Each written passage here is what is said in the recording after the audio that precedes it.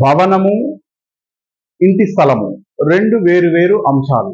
ఈ రెండిటిని ఏ విధంగా ఒకదానినొకటి అనుసంధానపరచాలి? అదేవిధంగా భవనము, భవనము లోపల గదులు ఈ రెండిటిని ఏ విధంగా అనుసంధానపరచాలి? దీనికి సంబంధించినటువంటి నియమాలు ఏమైనా ఉన్నాయా?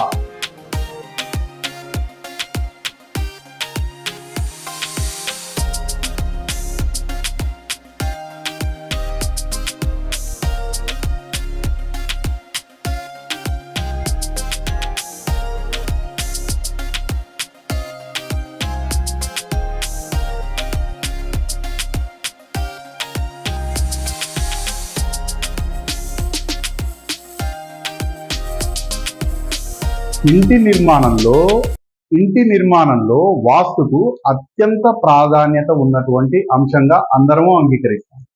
వాస్తులో అనేక నియమాలు ఉన్నాయి.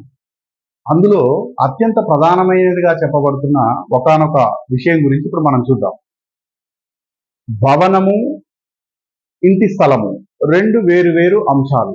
ఈ రెండిటిని ఏ విధంగా ఒకదానినొకటి అనుసంధానపరచాలి? అదేవిధంగా భవనము, భవనము లోపల గదులు ఈ రెండిటిని ఏ విధంగా అనుసంధానపరచాలి? దీనికి సంబంధించినటువంటి నియమాలు ఏమైనా ఉన్నాయా వాస్తుశాస్త్రంలో అంటే సమరాంగన్ సూత్రధార్, మయమత్, మనుష్యాలయ చంద్రిక, విశ్వకర్మ ప్రకాష్ ఈ 4 గ్రంథాలలో వీటికి సంబంధించినటువంటి విషయాన్ని సూత్రవేద అని చెప్పారు. సూత్రవేద అనేటువంటి వేద అంటే వేధించడం, సూత్ర అంటే దారి, సూత్రము, దారము. సూత్రవేద అనేటువంటి ఈ విషయాన్ని గురించినటువంటి వివరణ మనుష్యాలయ చంద్రిక గ్రంథంలో ఏ విధంగా చెప్పబడ్డది అనే విషయాన్ని మనం చూద్దాం. అసలు సూత్రవేద అంటే ఏమిటి అంటే, ఇది ఒక బిల్డింగ్ అనుకుంటే ఈ గీసినటువంటి ఈ ఏరియా ఒక భవనం అనుకుంటే ఆ భవనంలో ఈ రెడ్ కలర్ లో ఇచ్చినవి ఫర్ ఎగ్జాంపుల్ కాసేపు కోసం గదులు అనుకుందాం. ఈ మొత్తం బిల్డింగ్ లో ఈ విధంగా గదుల విభజన జరిగింది అనుకుందాం. సూత్రవేద ఏం చెబుతుంది అంటే ఈ మొత్తం నిర్మాణ స్థలానికి, అదేవిధంగా ప్లాటుకు కూడా చేయాలి, ఈ మొత్తం స్థలానికి తూర్పు నుంచి పడమరకు ఒక లైన్ ని సెంటర్లో, తూర్పు నుంచి పడమరకు సెంటర్లు అంటే 60 అడుగుల వెడల్పుంటే 30వ అడుగు మీద ఈ సెంటర్ లైన్, అదేవిధంగా ఉత్తరం నుంచి దక్షిణానికి ఒక లైన్, అదేవిధంగా ఈశాన్యం నుంచి నైరుతికి, ఆగ్నేయం నుంచి వాయువ్యానికి మొత్తం 4 రేఖలు గీసినట్టయితే వీటిని సూత్రాలు అన్నారు. ఉత్తరం నుంచి దక్షిణం నుంచి ఉత్తరానికి ఉన్నటువంటి సూత్రాన్ని సోమసూత్రం అని, పడమర నుంచి తూర్పుకున్న దాన్ని బ్రహ్మసూత్రం అని, పడమర నుంచి తూర్పుకున్న దాన్ని బ్రహ్మసూత్రం అని, ఈశాన్యం నుంచి నైరుతికి, ఆగ్నేయం నుంచి వాయువ్యానికి ఉన్నటువంటి వాటిని కర్ణసూత్రాలు అని చెప్పి ఈ 4 సూత్రాలను చెప్పడం జరిగింది. వీటిపైన మనం ఒక గదిని ఏర్పాటు చేసేటప్పుడు ఆ గది యొక్క సోమసూత్ర, బ్రహ్మసూత్ర గాని కర్ణసూత్రాలు గాని ఈ భవనం యొక్క మొత్తం సూత్రాలకు అలైన్మెంట్ లోకి రావద్దు. వివరంగా కావాలంటే ఇప్పుడు చూడండి, ఇది తూర్పు వైపు నిర్మించినటువంటి ఒక గది. సపోజ్ ఇది ఒక 30 అడుగులు ఇక్కడ నుండి ఇది ఒక 30 అడుగులు అనుకుందాం. ఇప్పుడు గదిని ఇదొక 10 అడుగులు ఇదొక 10 అడుగులు అంటే 20 అడుగులు పెట్టి ఓ గదిని లేదా ఒక హాల్ని ఇచ్చాం. ఇప్పుడు ఈ 20 అడుగుల్లో సెంటర్ లైను, ఈ 30 అడుగుల మొత్తం భవనానికి సెంటర్ లైను ఒకే లైన్ మీదకి వచ్చింది. ఇది చాలా ప్రమాదకరమైన తప్పు. అదేవిధంగా ఈ కార్నర్ లో ఒక గది ఇచ్చాం. ఇప్పుడు ఇదొక 15 అడుగులు ఇదొక 15 అడుగులు అనుకుందాం. ఇప్పుడు ఓన్లీ ఈ గదికి గీసినటువంటి కర్ణం, ఈ మొత్తం బిల్డింగ్ కి గీసినటువంటి కర్ణం ఒకే అలైన్మెంట్ మీదకి వచ్చాయి. ఇది చాలా ప్రమాదకరం.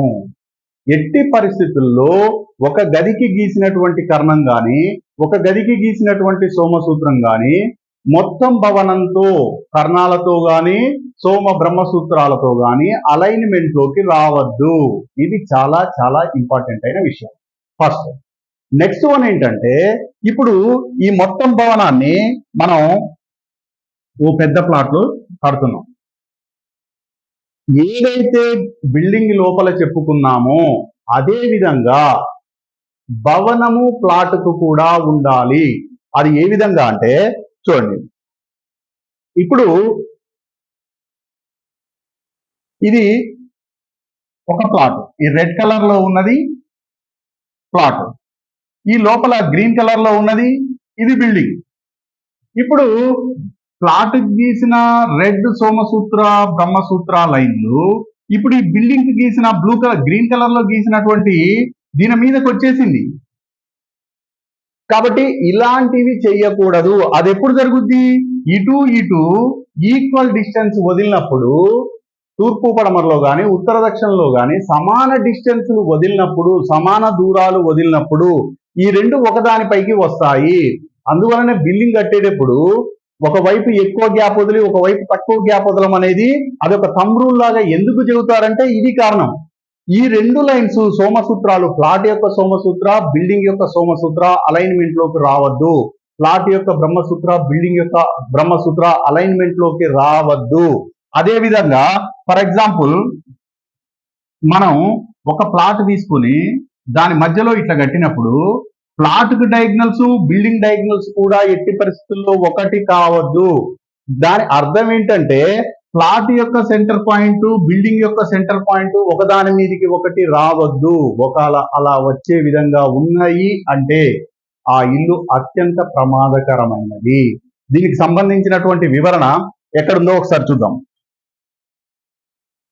చూడండి, ఇది మనుష్యాలయ చంద్రిక గ్రంథంలో 2వ చాప్టర్ లో ఉన్నటువంటి విషయం. ఇక్కడ చూడండి ఏం చెప్పారో, सूत्र वेदिका दोष एट्ला वस्तदట उत्तर तथा दक्षिण दिशा को कमरा बनवाते समय यह ध्यान रखना चाहिए कि कमरे का यमसूत्र रेखा तथा प्लाट का यमसूत्र रेखा एक न हो. ప్లాట్ యొక్క యమసూత్రం అంటే ఉత్తరం నుంచి దక్షిణానికి ఉండేది. సోమసూత్రం అన్నది యమసూత్రం అన్నది ఎందుకంటే దక్షిణంలో యముడు ఉంటాడు, ఉత్తరంలో సోముడు ఉంటాడు. కాబట్టి యమసూత్రం అన్నా సోమసూత్రం అన్నా అదే.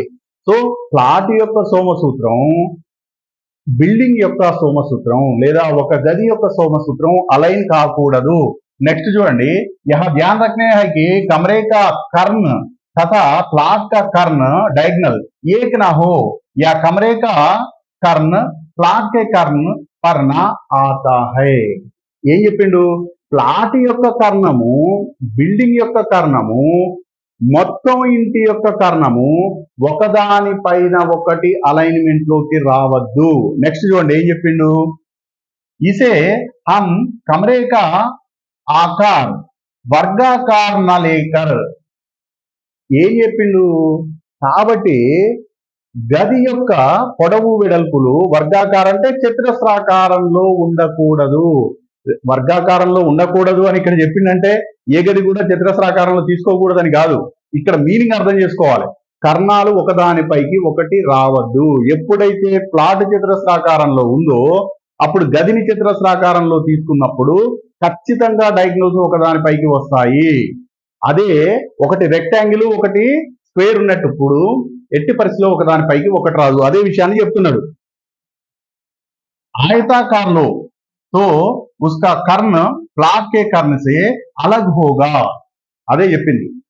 ఒకటి వర్గాకారం, ఒకటి ఆయతాకారం, ఒకటి స్క్వేర్, ఒకటి రెక్టాంగిల్ ఉన్నప్పుడు కర్ణాలు ఒకటి పైన ఒకటి రావు. ఒకవేళ అలా వచ్చినట్టయితే ఏమవుతుంది అంటే చాలా వివరంగా చెప్పారు. మనుష్యాలయ చంద్రిక అనేటువంటి గ్రంథం ఇది archives.com లో దొరుకుతుంది ఫ్రీగానే. చాలా చిన్న గ్రంథం. ఇందులో వాళ్ళు చెప్పినటువంటి 2వ చాప్టర్ లోనే చెప్పినటువంటి విషయం ఏం జరుగుతుంది అంటే చూడండి, యది సూత్ర యా రజ్జు, రజ్జు అంటే డయాగ్నల్ ని రజ్జు అంటారు. రజ్జు का वेद होता है तो यहाँ वेद दोष कारक कहाँ है तथा इसके परिणाम इस प्रकार बताया गया है. ఏ విధంగా చెప్పింది చూడండి. పూర్వ దిశ, తూర్పులో గాని దోషం జరిగితే పతి వియోగ్, భర్త చనిపోతాడు. నెక్స్ట్ ఆగ్నేయ కోన్ కుష్ఠ రోగ్, దక్షిణ్ शत्रु से पीड़ा नैऋत, संतान हानि पश्चिम, धन हानि वायुव्य, వాయు రోగు ఉత్తర్, కులనాశనం అంటే ఇంట్లో వాళ్ళు చనిపోవడం అని. ఈశాన్ ధాన్య హాని. ఏ ఏ వైపు అంటే ఇప్పుడు సపోజ్ ఇది ఉందనుకోండి, ఇది నార్త్ ఇది ఈస్ట్ అనుకుంటే ఇది ఈస్ట్ లో పొరపాటు, ఇది ఆగ్నేయంలో పొరపాటు, ఇది ఉత్తరంలో, ఇది వాయువ్యంలో. ఏ వైపు పొరపాటు జరిగితే ఈ నష్టాలు జరుగుతాయి అని చెప్పడం జరిగింది. కింద ఇంకేం చెప్పాను చూడండి, యహా జో ప్లాట్ కా सूत्र बताई गई है तथा रज्जु बताई गई है, उनका दोष ना होना चाहिए. अर्थात निर्माण करने के समय या घर बनवाते समय घर का मध्य तथा प्लाट का मध्य एक ना होना चाहिए. కాబట్టి నిర్మాణం చేసేటప్పుడు ప్లాన్ చేసేటప్పుడు ఎట్టి పరిస్థితుల్లో ప్లాట్ యొక్క మధ్యస్థానాలు, భవనం యొక్క మధ్యస్థానం, లేదా భవనాన్ని ప్లాన్ చేసేటప్పుడు భవనం యొక్క మధ్యస్థానం, ఒక గది యొక్క మధ్యస్థానం, లేదా భవనం యొక్క కర్ణాలు, బిల్డింగ్ యొక్క కర్ణాలు, రూమ్ యొక్క కర్ణాలు ఒకదాని పైన ఒకటి రాకుండా ఏర్పాటు చేసుకోవాలి. అలా చేసినటువంటి ఇల్లు మాత్రమే పూర్తి స్థాయి వాస్తు నియమాలకు ఉన్నట్టు. ఈ సూత్రవేద అనే విషయాన్ని మనుష్యాలయ చంద్రికలో కాస్త ఎలాబొరేటెడ్ గా ఉంది కాబట్టి ఇక్కడ తీసుకొని చెప్తున్నా. మనుష్యాలయ చంద్రికలో ఉంది, సమరాంగం సూత్రధార్ మయమత్లో చాలా వివరంగా ఉంది. కాబట్టి సూత్రవేద అనేటువంటి విషయాన్ని చాలా జాగ్రత్తగా గమనించి ప్లానింగ్ చేసుకోవాల్సిన అవసరం ఉంది.